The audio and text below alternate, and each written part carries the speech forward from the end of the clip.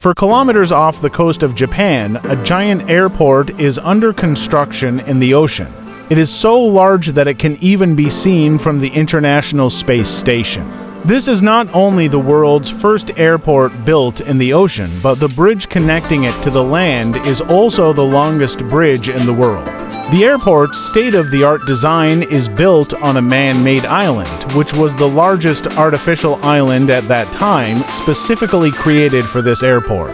The cost of the project is about $20 billion, approximately 1,650 billion yen.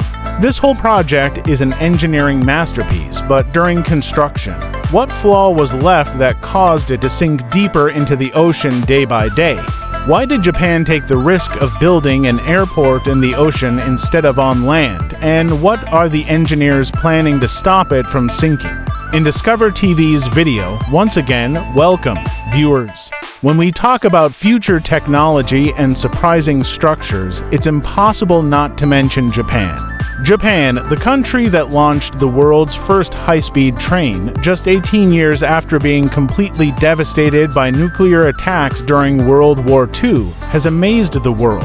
While the rest of the world talks about car shock absorbers, Japan is the only country where even skyscrapers must have shock absorbers underneath to withstand earthquakes. However, not every project in Japan hits the mark. Engineering projects can fail and mistakes can happen, just like during the construction of Japan's Kansai International Airport. This airport, located in the Kansai region, is very close to Osaka, Kobe, and Kyoto, where there are already 3 airports within a 50-kilometer radius. But with Japan's growing population and economic demands, a new airport was needed. The issue was that the land around the existing airports was heavily populated, and expanding them wasn't possible. On the other hand, the land in the Kansai region was used by farmers, who refused to give it up for the airport. Japan's only option to increase exports and facilitate international tourism was to build the airport in the ocean. The depth of the sea in this area is about 60 feet, so to build an airport, an island would first need to be created. Construction of Kansai International Airport began in 1987, and the initial estimated cost was just $8 billion. However, due to complications, the cost increased to $20 billion. If it had been built on land, the cost would have doubled because Japan would have had to compensate the farmers for the land. Engineers designed islands for Kansai Airport, one 4 kilometers long and the other 5 kilometers long. These islands would be built entirely on the seabed. Japan had previously built many islands, but this time the seabed for kilometers from the coast was different. It was covered with mud, making it risky to construct a superstructure on it. After testing the mud, experts estimated that the airport would sink by 19 feet, while some said it could sink by more than 25 feet. The first step of construction was to harden the ocean floor. 1 million drilling pipes were installed into the ocean floor and vibrated. This vibration compacted the soil and hardened the floor. Special rate seals were placed in the holes left by the pipes. To build a seawall, 48,000 concrete blocks were used. The seawall was made with joint steel chambers filled with stones and debris, and concrete blocks were placed in the chambers. The aim was to protect the airport from storms and the dangerous waves they generate.